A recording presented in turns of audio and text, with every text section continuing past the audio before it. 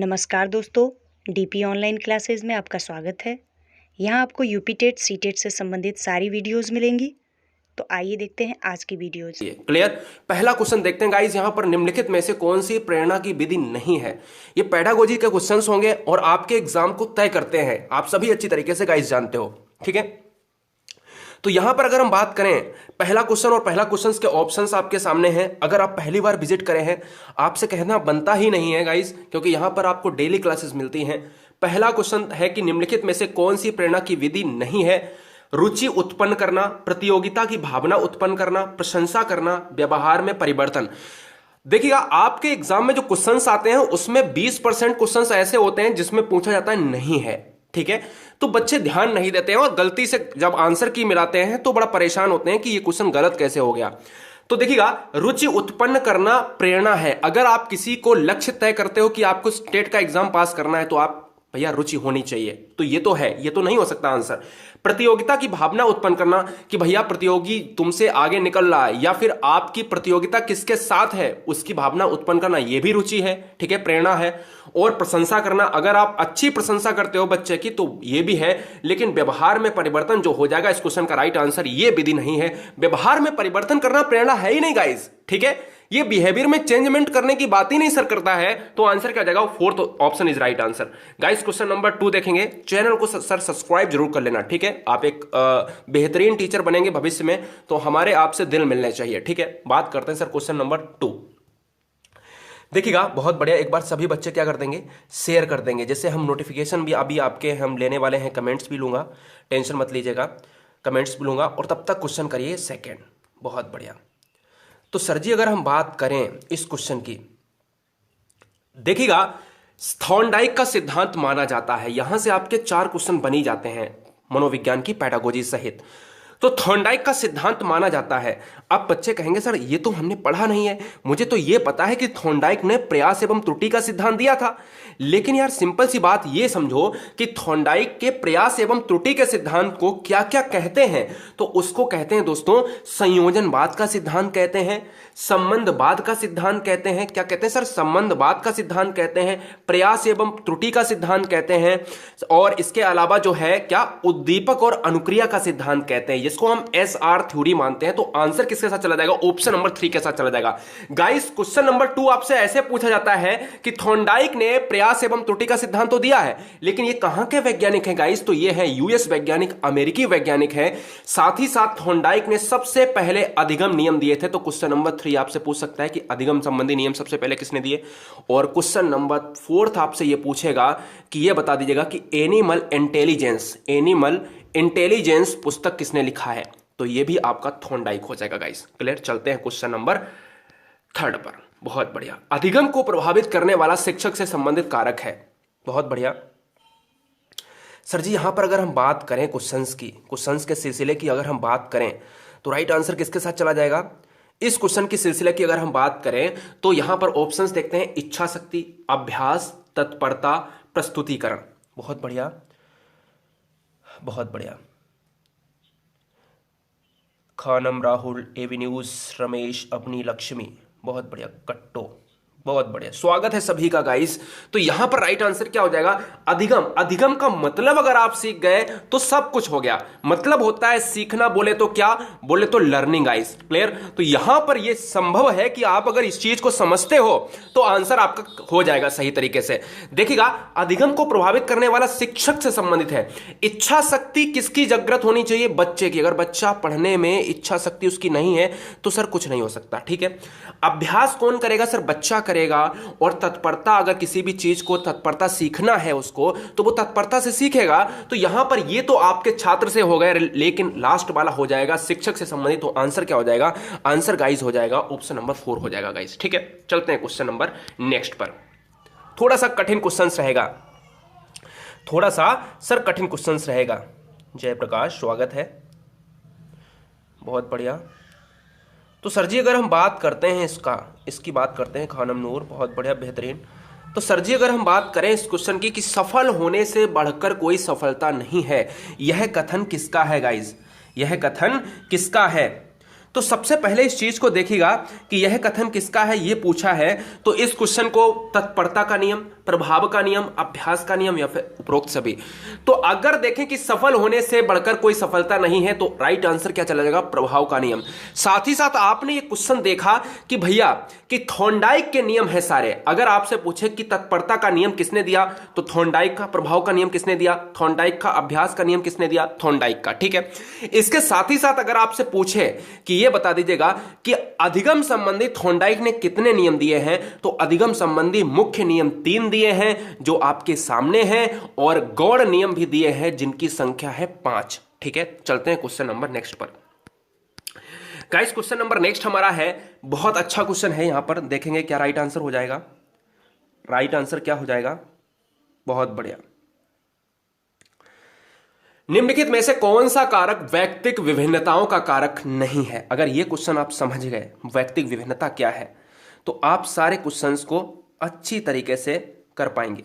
ठीक है, हाँ जी, सही तरीके से कर पाएंगे।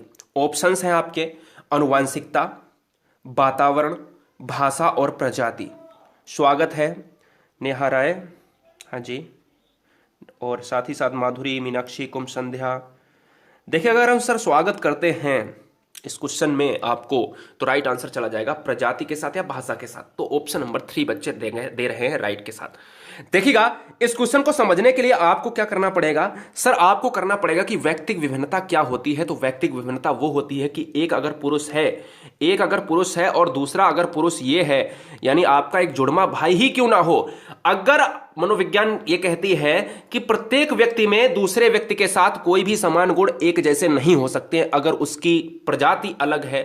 ठीक है, प्रजाति भी होती है ना, आनुवांशिकता के कारण, वो हेरिडिटी के कारण अलग हो सकता है। किसी को नकारात्मक वातावरण मिला है, किसी को सकारात्मक मिला है। ठीक है, रंग रूप में अलग हो सकता है, उसके विचारों में अलग हो सकता है, मस्तिष्क में, बुद्धि में अलग हो सकता है, यानी हो सकता है।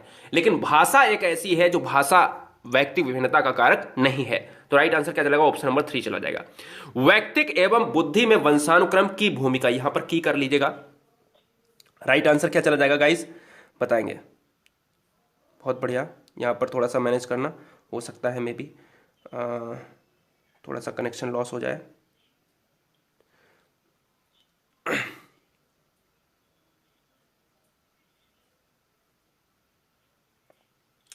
बहुत बढ़िया, नमस्ते नमस्ते, हाँ जी।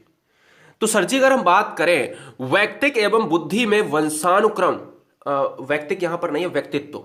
देखिएगा व्यक्तित्व क्या है सर, व्यक्तित्व का मतलब होता है सर, इंग्लिश में बोले तो पर्सनालिटी। क्या होता है सर, पर्सनालिटी का चैप्टर मैंने कवर कराया। ठीक है, और साथ ही साथ आपको यह बताना चाहूंगा, क्या गाइस बताना चाहूंगा, तो क्यों यहां पर वैयक्तिक एवं बुद्धि में वंशानुक्रम की भूमिका कैसी है, यहां पर की करना है, महत्वपूर्ण है। ऑप्शन नंबर से 2 हो जाएगा। बच्चे ए क्यों दे रहे हो, आप सभी को पता है कि व्यक्तित्व, जो व्यक्तित्व है, व्यक्तित्व गुणे वंशानुक्रम होता है, यानी इन दोनों के ना होने से आपके किसी बच्चे के, किसी व्यक्ति का विकास संभव हो ही नहीं सकता है। यानी व्यक्तित्व गुणे वंशानुक्रम होना बहुत जरूरी है। साथ ही साथ ये स्टेटमेंट किसने दिया है, ये स्टेटमेंट किसने दिया है, जल्दी से बताओगे, ये स्टेटमेंट किसने दिया है, व्यक्तित्व गुणे वंशानुक्रम किसने दिया है। ठीक है, चलते हैं क्वेश्चन नंबर नेक्स्ट पर। और व्यक्तित्व की इंग्लिश होती है पर्सनालिटी, जो शब्द बना है परसोना से, और परसोना शब्द है आपका लैटिन भाषा का शब्द। ठीक है, कैसा है सर, लैटिन भाषा का शब्द। चलते हैं क्वेश्चन नंबर नेक्स्ट पर। मानसिक थकान का लक्षण है गाइस, मानसिक थकान का लक्षण है, बताना है फटाफट। अर्चना, लता, निशा, बहुत बढ़िया, निवेदिता, रीना, हाँ जी, बुडवर्थ बच्चे कह रहे हैं सर। मुस्कान ठाकुर ले लिया नाम, टेंशन मत लिया करो। सर जी अगर हम बात करें इस क्वेश्चन की अगर हम बात करें तो राइट आंसर किसके साथ चला जाएगा। इस क्वेश्चन की अगर हम बात करें तो बच्चे कहेंगे सर असामान्य व्यवहार हो जाएगा, या तेज व कठिन श्वास आना, या शरीर में दर्द, या फिर ध्यान केंद्रित ना होना। सिंपल सी बात है, अगर पूछा है मानसिक थकान तो दोस्तों ऑप्शन नंबर क्या फोर्थ नहीं हो जाएगा? बिल्कुल। अगर बच्चा क्लास में है और आप एक शिक्षक या शिक्षिका बन के जाते हैं किसी स्कूल में और आप ये पाते हैं कि बच्चा ध्यान केंद्रित नहीं कर पा रहा है, तो एक ही लक्षण हो सकता है, वो मानसिक थकान से रिलेट कर रहा है, पढ़ने में उसका मन नहीं लग रहा है। तो आंसर क्या हो जाएगा? फोर्थ ऑप्शन हो जाएगा। ठीक है, शरीर में दर्द से मतलब नहीं होता है, केवल हमें मेंटल पोजीशन को यहां पर करना था कवर। ठीक है, तो ऑप्शन नंबर क्या हो जाएगा? फोर्थ हो जाएगा। असामान्य व्यवहार तो किसी भी तरीके से कर सकता है, ठीक है, कोई भी पेन हो सकता है तो भी कर सकता है, इसलिए असामान्य व्यवहार ऑप्शन नहीं होगा। भग्नाशा का सबसे बड़ा आंतरिक कारण क्या है?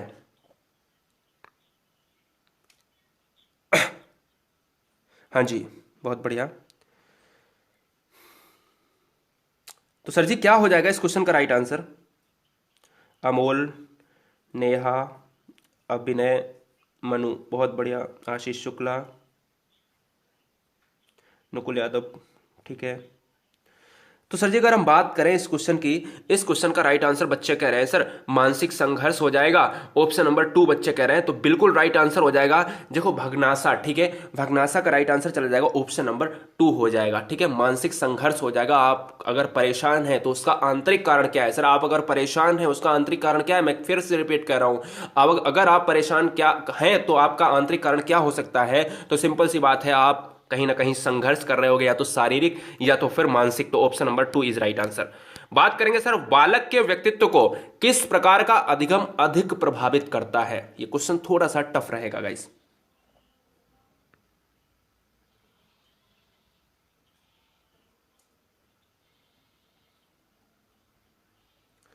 तो देखिएगा यहां पर राइट आंसर क्या चला जाएगा? यहां पर राइट आंसर चला जाएगा बालक के व्यक्तित्व को किस प्रकार का अधिगम अधिक प्रभावित करता है। प्रयत्न एवं त्रुटि का सिद्धांत अगर मैं पूछूं किसने दिया था, तो आप कहते हो थॉर्नडाइक ने दिया था, जो आपके यूएस के वैज्ञानिक हैं, जो सबसे पहले आपके अधिगम संबंधी के जनक हैं। अनुकरण का सिद्धांत अगर हम देखें, अनुकरण का मतलब क्या होता है? अनुकरण का मतलब होता है सीखना। ठीक है, सीखने का मतलब होता है कि किसी की नकल करके सीखना। अंतर्दृष्टिपूर्ण अधिगम का सिद्धांत अगर हम बात करें, अंतर्दृष्टि का सिद्धांत एक वर्ड आ गया तो मैंने उससे सिद्धांत जोड़ दिया।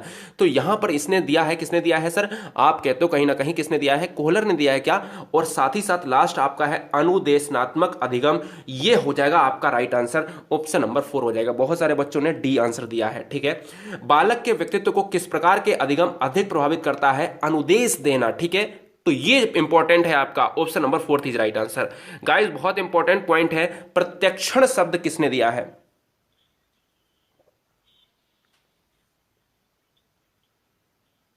हाँ जी, प्रत्यक्षण। और मुझे ये भी बताएं कि ये बताओ कि आपके आपके जीन पियाजे ने कितने सिद्धांतों को वर्गीकृत किया है, कितने सिद्धांत दिए हैं और कौन सा सिद्धांत दिया है? देखो प्रत्यक्षण का सिद्धांत अगर हम बात करें तो गाइज यहां पर राइट आंसर चला जाएगा, किसके साथ चला जाएगा? जीन पियाजे के साथ चला जाएगा। अब बात आती है जीन पियाजे की, तो जीन पियाजे से रिलेटेड क्या है? बहुत सारे बच्चे परेशान होंगे कि सर जीन पियाजे, तो सिंपल सी बात है, आंसर क्या हो जाएगा? देखो आंसर आप भूलना मत। ठीक है, आंसर क्या हो जाएगा? ऑप्शन नंबर ए हो जाएगा। इसके साथ ही साथ आपको एक चीज और याद रखना है। क्या याद रखना है? क्या याद रखना है गाइस? तो इसके पहले आपको एक चीज याद रखना है कि इन्होंने संज्ञानात्मक सिद्धांत दिया है, और इस सिद्धांत को ज्ञानात्मक सिद्धांत भी कहते हैं, इस सिद्धांत को अवस्था का सिद्धांत भी कहते हैं। तो आपसे अगर पूछे प्रत्यक्षण का सिद्धांत किसने दिया, शब्द किसने दिया है, तो जीन पियाजे। संज्ञानात्मक सिद्धांत किसने दिया है? जीन पियाजे। ज्ञानात्मक सिद्धांत किसने दिया है? जीन पियाजे। और अवस्था का सिद्धांत किसने दिया है? जीन पियाजे। साथ ही साथ जीन पियाजे हमारे स्विट्जरलैंड के मनोवैज्ञानिक हैं, और साथ ही साथ इन्होंने दी हैं 4 अवस्थाएं। पहली है संवेदीगामक, दूसरी है पूर्व संक्रियात्मक, तीसरी है आपकी मूर्त संक्रियात्मक, और चौथी है अमूर्त संक्रियात्मक। तो ये चीजें आपको एकदम से पॉइंट में बता दिया। ठीक है, एक चीज और आपको याद रखना है। क्या याद रखना है? बहुत इंपॉर्टेंट पॉइंट ये याद रखना है गाइस, बहुत इंपॉर्टेंट पॉइंट ये याद रखना है कि यह किसने कहा था कि सीखने का अर्थ ज्ञान निर्माण करना है। यह किसने कहा था कि सीखने का अर्थ ज्ञान निर्माण करना है? सीखने का अर्थ ज्ञान निर्माण करना है, तो यह भी कहा था जीन पियाजे ने। ठीक है, बहुत अच्छा। चलते हैं क्वेश्चन नंबर नेक्स्ट पर। बालक के प्राकृतिक विकास पर बल किसने दिया है? अच्छा क्वेश्चन है, बताएंगे। अच्छा क्वेश्चन है, बताएंगे। हाँ जी, पेडागोजी है, और मस्त रहिएगा। तबज्जुम उस्मानी, सुधीर, जयप्रकाश, सरिता, सोनू, सर जी, अगर हम बात करें इस क्वेश्चन की, बालक के प्राकृतिक विकास, जब भी हम बात करते हैं ऐसे क्वेश्चंस की तो बच्चे बड़ा परेशान हो जाते हैं। देखिएगा, इन क्वेश्चंस को करने का एक ही तरीका है, इन क्वेश्चंस को अच्छी तरीके से अपने सिद्धांत को कंप्लीट कर लेना। अब बात आती है इन चीज़ों को करने के लिए हमने प्लेलिस्ट आपको दी है, ठीक है। आपका बात आती है मॉन्टेसरी। देखो, प्राकृतिक विकास के सौंदर्य को जो है किया है मॉन्टेसरी, और सीधी चीज है कि मॉन्टेसरी पद्धति अगर पूछे एग्जाम में तो वो राइट आंसर क्या हो जाएगा, मारिया मॉन्टेसरी, ठीक है। किंडरगार्टन आ जाता है तो फ्रॉवेल हो जाता है, ठीक है। किंडरगार्टन क्या आ जाता है, फ्रॉवेल हो जाता है। साथ ही साथ आपको एक चीज और याद रखनी है कि किंडरगार्टन तो चला आता है, लेकिन मॉन्टेसरी की बात आती है, यहां से क्वेश्चन पूछा गया है कि मारिया मॉन्टेसरी कहां की निवासी है, तो यहां पर इटली हो जाएगा, ठीक है। और एक चीज पूछा जाता है कि ये क्या थे, तो ये क्या थी या क्या थे, तो दोस्तों बड़ा परेशान हो जाते हो, तो ये है आपका डॉक्टर थे, ठीक है, या डॉक्टर थी। आप ऐसे बच्चे बहुत परेशान रहते हैं, ये फीमेल है या मेल है, तो बड़ा परेशान है यहां पर। अब देखिएगा, दूसरी चीज यहां पर एक चीज और याद रखना है कि मॉन्टेसरी पद्धति, मॉन्टेसरी पद्धति आपने सुनी है, इस पद्धति को दूसरा नाम भी कहा जाता है, तो इसका दूसरा नाम क्या है, सहचर्य विधि है। क्या सर, सहचर्य विधि है। और एक और याद रखना है, क्या एक और याद रखना है, मॉन्टेसरी मारिया, इनकी पुस्तक जो है मारिया मॉन्टेसरी मेथड के नाम से इनकी एक पुस्तक है, तो ये भी अच्छी तरीके से याद रखना है। चलते हैं क्वेश्चन नंबर। और एक चीज और याद रखना है कि फ्रॉवेल, ये तो आपकी इटली की हो गई, और यहां पर एक फ्रॉवेल की बात करें तो दोस्तों फ्रॉवेल है शिक्षा शास्त्री। चलते हैं क्वेश्चन नंबर नेक्स्ट पर। पियाजे के अनुसार 4 से 8 माह में, बहुत बढ़िया, हाँ जी, हाँ जी, बहुत बढ़िया। तो देखिएगा,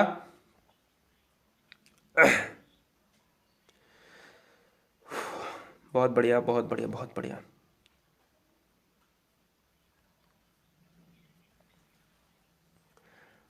मारिया मॉन्टेसरी हैं आपकी, मेल नहीं है, फीमेल है, ठीक है। मारिया जो है Montessori was an Italian physician and educator best known for the physiology of education that wears her name. Her name मतलब ये है, आप कभी भी गूगल पे सर्च करेंगे तो एक फीमेल है, ठीक है। टेंशन मत लीजिएगा, मैं जो बताऊंगा आपको गलत नहीं बताऊंगा। पियाजे के अनुसार 4 से 8 माह में कौन सा संज्ञानात्मक विकास होता है, तो देखिएगा, इस क्वेश्चन का राइट आंसर चला जाएगा पियाजे के अनुसार। सबसे पहले मैंने आपको बताया कि स्विट्जरलैंड के मनोवैज्ञानिक तो हैं, इन्होंने अवस्थाएं कितनी दी हैं, 4 दी हैं, और किसके अंतर्गत, संज्ञानात्मक विकास के अंतर्गत, ठीक है। अच्छी चीज है ना। इसके अलावा जब भी हम 4 से 8 महीने की बात करते हैं, सबसे पहले आपको यह पता होना चाहिए कि जो इनकी अवस्थाएं हैं गाइज, इनकी अवस्थाएं हैं 4 अवस्थाएं। जैसे अगर हम संवेदी गामक की अवस्था की बात करें तो ये जन्म से 2 वर्ष तक चलती है। पूर्व संक्रियात्मक की बात करें तो 2 से 7 वर्ष। मूर्त संक्रियात्मक की बात करें, ये क्वेश्चन बहुत आता है कि मूर्त संक्रियात्मक अवस्था की एज कितनी होती है, तो 7 से 11। और लास्ट है अमूर्त संक्रियात्मक, 11 से 15 साल। अगर ये सिद्धांत आपने नहीं देखे हैं तो आप बहुत गड़बड़ पोजीशन में हैं। आपको सबसे पहले सिद्धांत कंप्लीट करने पड़ेंगे, जो मैं सिद्धांत को कंप्लीट करा रहा हूं। और टॉप वीडियोस हैं, नीचे बच्चे कमेंट करेंगे जिन्होंने देख लिया, टॉप वीडियोस हैं, बताइएगा। जो बच्चे नए हैं उनको बताइएगा कि कैसी वीडियोस हैं, 10-10 मिनट की वीडियोस हैं, ठीक है। अब बात आती है कि संवेदी गामक अवस्था में आ जाती है हमारी 4 से 8 माह की पोजीशन, यानी जन्म से 2 वर्ष। तो इस क्वेश्चन में क्या होता है, हाथ और आंख के साथ वो संबंधन कर लेता है बच्चा, ठीक है। तो याद रखना है ऑप्शन नंबर कौन सा संज्ञानात्मक विकास होता है, तो ऑप्शन नंबर क्या हो जाएगा, option number 2 is right answer हो जाएगा। बाल अपराधियों को सुधारने की सबसे पहले बाल बंदी गृह की स्थापना की गई, और वो कहां पर की गई, बहुत बढ़िया। पुष्पेंद्र, नीरज, राहुल, उमा, किरण, विपिन, सुरेंद्र, प्रिया पांडे ले लिया नाम।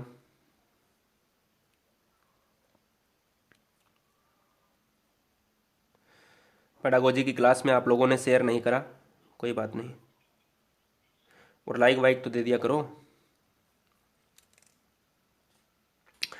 तो देखिएगा, अगर हम गाइस बात करें यहां पर बाल अपराधी, जब भी हम बात करते हैं किसकी, एक क्वेश्चन आता है कि विश्व की प्रथम वैज्ञानिक मनोवैज्ञानिक प्रयोगशाला किसने स्थापित करी, तो विलियम वुंड का नाम आता है। 1879 की बात आती है शायद, और जर्मनी के लिप्सिंग शहर में, ठीक है, जर्मनी के लिप्सिंग शहर में, ये भी याद रखिएगा।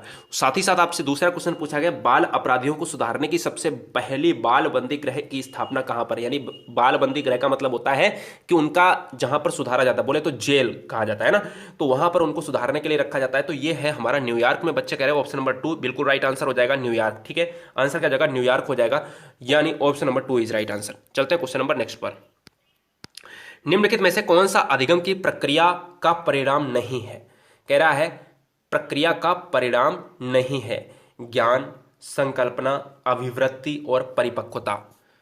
अधिगम की प्रक्रिया का जब अधिगम हो रहा होता है, अधिगम मैंने बोला कि अधिगम क्या होता है? अधिगम होता है सीखना, बोले तो यहां पर लर्निंग, ठीक है। इसके साथ ही साथ एक क्वेश्चन पूछा जाता है कि अधिगम के पक्ष कितने हैं? तो अधिगम के पक्ष हैं दोस्तों 3। क्वेश्चन में आपसे कई बार एग्जाम में पूछा गया है कि अधिगम का निम्नलिखित में से कौन सा पक्ष नहीं है। तो आज याद रख लेना कि अधिगम के पक्ष कौन से होते हैं, तभी तो मार पाओगे। नहीं है तो संज्ञानात्मक पक्ष हो गया एक, और दूसरा है आपका क्रियात्मक पक्ष, ठीक है, दूसरा और तीसरा है आपका भावात्मक पक्ष, ठीक है। यानी भावनाओं से जो सीखता है उसको भावात्मक, यानी क्रिया से सीखता है उसको क्रियात्मक, और जो ज्ञान से सीखता है उसको संज्ञात्मक पक्ष कहते हैं। अधिगम के बारे में एक परिभाषा बहुत इंपॉर्टेंट जो हमेशा एग्जाम में आती है कि व्यवहार के द्वारा व्यवहार में परिवर्तन, व्यवहार के द्वारा व्यवहार में परिवर्तन ही सीखना है। तो ये किसने कहा है? ये कहा है गिलफोर्ड ने। किसने कहा है सर? ये कहा है गिलफोर्ड ने। तो ये क्वेश्चन अच्छी तरीके से याद रखना है। राइट आंसर क्या चला जाएगा? बच्चे कह रहे हैं ऑप्शन नंबर 4 चला जाएगा या ऑप्शन नंबर 4 चला जाएगा, 3 चला जाएगा। चलते हैं क्वेश्चन नंबर नेक्स्ट पर देखते हैं। तो आंसर देखिए बहुत कम आंसर आए हैं, ऑप्शन नंबर डी। बहुत कम आंसर आए हैं, ऑप्शन नंबर डी। तो आंसर क्या चला जाएगा? ऑप्शन नंबर डी चला जाएगा, परिपक्वता हो जाएगा। देखो हमने कहा अधिगम की प्रक्रिया का परिणाम नहीं है। ज्ञान, संकल्पना और अभिवृत्ति ये तीनों हैं, लेकिन परिपक्वता स्टेज आपकी नहीं है। परिपक्वता स्टेज आपकी अगर हम बात करें, परिपक्वन की अवस्था कौन सी होती है? तो एक लास्ट अवस्था जाती है किशोरावस्था, तो ये उसमें जाएगा। लेकिन ज्ञान, संकल्पना और अभिवृत्ति ये पार्ट है, बहुत इंपॉर्टेंट पार्ट है लर्निंग के, ठीक है, अधिगम के हैं। परिपक्वता यही तो पेडागोजी है, तो इन चीजों को समझना जरूरी है। ये क्वेश्चन आपके 5 से 6 बार एग्जाम में रिपीटेड है, ठीक है। चलते हैं क्वेश्चन नंबर नेक्स्ट पर। तुतलाना एक विकार है। तुतलाना का मतलब आप समझ रहे होंगे, ठीक है। तुतलाना एक विकार है, तो क्या हो जाएगा राइट आंसर? बहुत बढ़िया। अर्चना, पुष्पेंद्र, धीनु, शिखा, पिंकी, शिवानी। सजी अगर हम गाइज यहाँ पर बात करें तुतलाना, जब भी हम कुछ किसकी बात करते हैं? अक्षम की बात करते हैं, अक्षमता की बात करते हैं। तो अगर हम देखें कि ध्वनि संबंधी, तो ध्वनि संबंधी का मतलब होता है कान से, और बोले प्रभावशीलता, बोले क्या क्या मुंह से होता है, यानी जो वक्ता होता है, बोले तो क्या ओरेटर की बात करें, या भाषा संबंधी या उच्चारण संबंधी। अब बात आती है ऑप्शन नंबर 2 और ऑप्शन नंबर 3 में। तो देखिएगा उच्चारण संबंधी जो बच्चे दे रहे हैं वो बिल्कुल सही है, क्योंकि तुतलाता है तो बच्चा अगर उच्चारण ही नहीं कर पाता है, का को क्या बोलता है, खाना को क्या बोलता है, जो है कान को क्या बोलता है, खान बोल देता है, या कुछ और बोल देता है। सिंपल सी बात है, छोटे बच्चे होते होंगे वो धीरे धीरे क्या होता है, उनका लेवल सही हो जाता है जब वो बड़े होते हैं। लेकिन स्टार्टिंग में कुछ बच्चे तो अपना फ्रिक्वेंट से एकदम से बोल लेते हैं, लेकिन क्या होता है कि कुछ बच्चे नहीं बोल पाते हैं, तो वो विकार होता है, एक अक्षमता होती है, ठीक है, एक अक्षमता होती है। तो राइट आंसर क्या चला जाएगा? Option number 2 is right answer, ठीक है। इसके अलावा अगर हम कह दें आपसे डिसलेक्सिया, डिसलेक्सिया कैसा होता है? डिसलेक्सिया एक विकार है, ये कैसा है? तो ये आपका पढ़ने संबंधी विकार है, ये आपका पढ़ने संबंधी विकार है। तो डिस्ग्राफिया वो लिखने संबंधी ग्राफ है। सबसे पहले अधिगम नियम किसने दिए थे? महावीर, राजेश्वर, मधुसूदन जोशी, बहुत बढ़िया, पुष्पेंद्र, रितु, अब्बास खान, बहुत बढ़िया गाइस, गीता। सर जी अगर हम बात करें इस क्वेश्चन की, तो इस क्वेश्चन का राइट आंसर बच्चे बिल्कुल सही देंगे, ये मुझे आशा है, और एक भी बच्चे का आंसर गलत नहीं होगा, क्योंकि मैंने ये क्वेश्चन रिपीटेड करा है।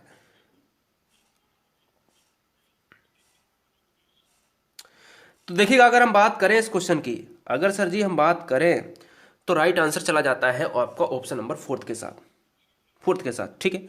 मैंने अगर आपसे कहा तो कहा, क्या कहा भैया? ये कहा कि सबसे पहले सीखने के नियम किसने दिए? सीखने के नियम दिए हैं थॉर्नडाइक ने, और थॉर्नडाइक आपके हैं यूएसए के वैज्ञानिक। थॉर्नडाइक ने प्रयास एवं त्रुटि का सिद्धांत दिया है, और उसके अंतर्गत 2 नियम दिए हैं। एक आपका बनता है मुख्य नियम, जिसमें है आपके तत्परता, प्रभाव और अभ्यास का नियम 3 आते हैं, और एक आते हैं गौड़ नियम, जिसमें आपके बनते हैं 5 नियम, ठीक है। इसके अलावा थॉर्नडाइक से एक पुस्तक आती है, मैंने आपको बताया है, एनिमल इंटेलिजेंस। और दूसरी पुस्तक कौन सी आती है, यह भी जल्दी बताइएगा, शिक्षा मनोविज्ञान। एक क्वेश्चन आता है कि शिक्षा मनोविज्ञान किसकी पुस्तक है? तो शिक्षा मनोविज्ञान भी आपकी किसकी पुस्तक है? शिक्षा मनोविज्ञान थॉर्नडाइक की पुस्तक है। तो बहुत सारे क्वेश्चन कर दिए। एक क्वेश्चन में कितने, मतलब क्वेश्चन की जान निकल गई हो ना तो मुझे जरूर बता दीजिएगा कमेंट बॉक्स में। क्वेश्चन की जान अगर निकल जाए ना तो मुझे कमेंट बॉक्स में जरूर बताइएगा। और अगर पहली बार कोई भी बहन आई है, कोई भी भाई आया है, चैनल को सब्सक्राइब कर लेना, क्योंकि अगर हमारा परिवार आप नहीं बन सकते तो फिर बना क्या भैया। जिंदगी में भैया यही चीजें हैं, प्यार मोहब्बत है ना। चलते चलते हैं भैया क्वेश्चन नंबर 17 पर। 17-18 क्वेश्चन से आपका 100% क्वेश्चन बहुत आता है, क्योंकि ये क्वेश्चन बहुत इंपॉर्टेंट है एग्जाम के लिए। जो आपके जन्मजात प्रेरक कौन सा है और कौन सा नहीं है, ये टाइप करा है मैंने, तो इस क्वेश्चन को नजरअंदाज आप मत करिएगा। प्रेमचंद्र, बुलंदशहर।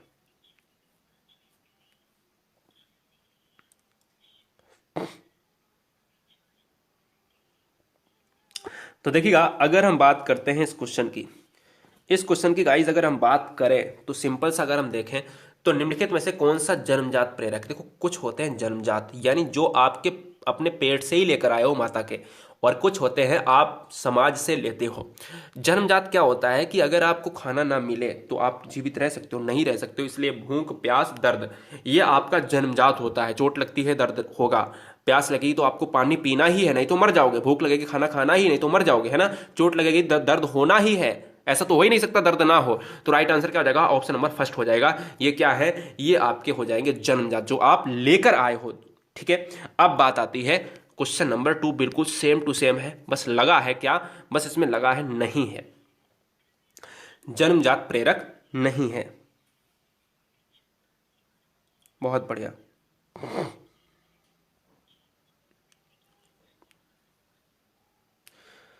तो दोस्तों इस क्वेश्चन का राइट आंसर क्या चला जाएगा बताएं। बहुत बढ़िया, बेहतरीन। तो इस क्वेश्चन का राइट आंसर चला जाएगा guys option number 4। Option number 4 चला जाएगा। हाँ हाँ, थॉर्नडाइक अमेरिका के हैं, मैं नीरज यही बता रहा हूँ। यूएस क्या होता है भाई। तो सर जी आदत हो जाएगा। देखिएगा, मैंने आपसे कहा, जो बच्चे फिर से जुड़े हैं, मैंने आपसे कहा कि जन्मजात प्रेरक कौन से होते हैं। नींद होती है, भूख होती है, प्यास होती है, दर्द होता है, ये सभी आपके जन्मजात होते हैं। और जो जन्मजात नहीं होते हैं, जैसे पुरस्कार हुआ, आदत हुआ, सम्मान हुआ, ये सभी क्या होते हैं, ये सभी होते हैं जन्मजात नहीं अर्जित। ये क्या है, आपसे अगर पूछता निम्नलिखित में से कौन सा अर्जित है तो भी आप ये मारते, और निम्नलिखित में से कौन सा जन्मजात प्रेरक नहीं है तो भी आप ये मारेंगे। तो फोर्थ ऑप्शन आपका राइट चला जाएगा, राइट चला जाएगा। अच्छा क्वेश्चन है, तो भैया एक बार लाइक आपका चाहूंगा, आपका यही प्यार मुझे चाहिए और कुछ नहीं चाहिए आपसे। अभिप्रेरणा से तात्पर्य छात्र की आंतरिक शक्ति को जागृत करना है, यह कथन है। अंजुम बेगम नाम ले लिया है आपका, मेरे सभी दिली दोस्त हैं यहाँ पर, आप सभी मेरे दोस्त से भी बढ़ के हैं, ठीक है ना, याद रखिएगा। You are great, you are unique. Shivani Shukla स्वागत है। निकिता पुष्पेंद्र, राजेश्वर सेठ, राजकुमार, अली शहनवाज अहमद। सर जी अगर हम बात करें इस क्वेश्चन की, देखिएगा हमने आपसे कहा था कि गिलफोर्ड से आपका हमेशा क्वेश्चन एक आता है, तो इस क्वेश्चन का राइट आंसर चला जाएगा गिलफोर्ड, ऑप्शन नंबर 2 हो जाएगा। अभिप्रेरणा से, अभिप्रेरणा क्या होती है कि किसी भी लक्ष्य को आप भेदना चाहते हो तो उसके लिए आपको प्रेरित करना बहुत जरूरी है, ठीक है।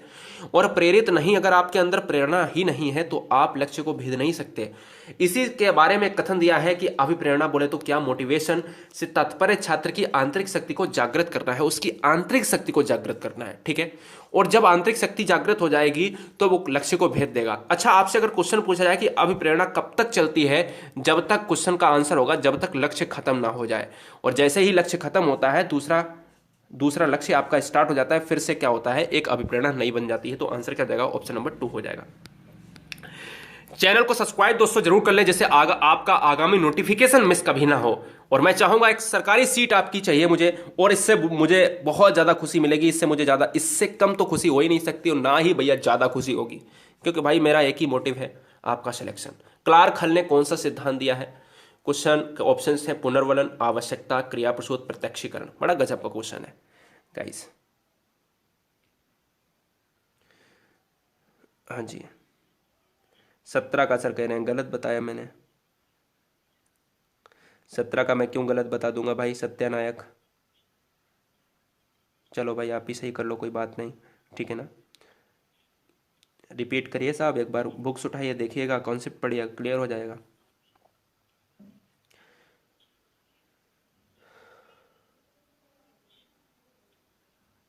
हेमंत पाठक परेशान ना हो, पढ़ाई पे ध्यान दो ना। तो सर जी राइट आंसर चला जाएगा, क्लार्क हल ने दिया है पुनर्वलन का सिद्धांत, option number first is right answer. अब देखो कैसे याद करेंगे। अच्छा क्लार्क हल, हल, अच्छा ये बताओ, हल जब चलाओगे तो क्या आप बिना बल के हल चला पाओगे? बिना बल के हल चला पाओगे? तो जब हल चलाओगे आप, तो इस हल को चलाने के लिए क्या करना पड़ेगा? बल लगाना पड़ेगा। तो हल के लिए क्या चलाना पड़ेगा, क्या लगाना पड़ेगा? बल लगाना पड़ेगा। तो इसलिए पुनर्वलन का सिद्धांत किसने दिया है? क्लार्क हल ने दिया है। आवश्यकता का सिद्धांत किसने दिया है? मैस्लो ने दिया है। क्रिया प्रसूत का किसने दिया है? क्या स्किनर ने दिया है? क्या जल्दी से बताइएगा।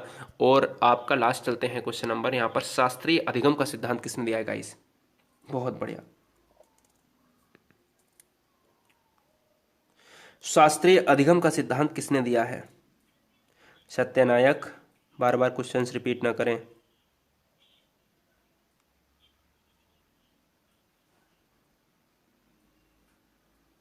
हाँ जी, बहुत बढ़िया।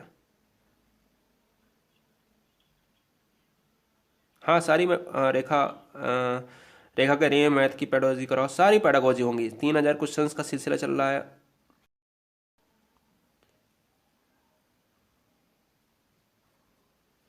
तो राइट आंसर चला जाएगा पावलाव के साथ। देखिएगा, जब भी हम पावलाव की बात करते हैं गाइस, बहुत अच्छी तरीके से सुनना, यहां से क्वेश्चंस बनेगा आपका। आपको अच्छा लगे ना तो भैया देखना एक बार, मजा आ जाएगा। देखिएगा, आपसे जब भी पावलाव से पूछे तो पावलाव ने एक सिद्धांत दिया था जिसको कहा गया अनुबंधन का सिद्धांत। तो जब भी आपसे पूछे कि अनुबंधन जनक कौन है, पहला क्वेश्चन ध्यान देना, पहला क्वेश्चन आपका हो जाएगा कि अनुबंधन का जनक कौन है, तो पावलाव हो जाएंगे। दूसरा क्वेश्चन आपसे ये पूछेगा भैया कि ये बता दीजिएगा सबसे पहला नोबेल किसको मिला है, तो 19 में नोबेल पुरस्कार मिला है पावलाव को। और तीसरा क्वेश्चन ये हो जाएगा कि पावलाव कहां के वैज्ञानिक हैं, रूस के वैज्ञानिक हैं। और चौथा क्वेश्चन आपसे क्या पूछेगा कि चौथा क्वेश्चन आपसे ये पूछेगा कि पावलाव ने किस पर प्रयोग करा, पावलाव ने कुत्ते पर प्रयोग करा, ठीक है। और पांचवा क्वेश्चन ये पूछेगा, क्या पूछेगा कि ये बता दीजिएगा कि यस प्रकार का थ्योरी किसने दिया है, यस प्रकार का टाइप किसने दिया है, तो ये भी पावलाव हो जाएगा। और छठा क्वेश्चन आपसे ये पूछेगा, क्या पूछेगा, ध्यान दीजिएगा, कि शास्त्रीय अधिगम का सिद्धांत किसने दिया है, पावलाव ने दिया है। और सातवां क्वेश्चन आपसे यह पूछेगा पावलाव से कि संबंध प्रत्यावर्तन का सिद्धांत किसने दिया है, संबंध प्रत्यावर्तन का सिद्धांत किसने दिया है। तो आपका राइट आंसर चला जाएगा पावलाव हो जाएगा। दोस्तों ऐसे ही हमारे और वीडियोस देखने के लिए हमारे चैनल को लाइक करें, सब्सक्राइब करें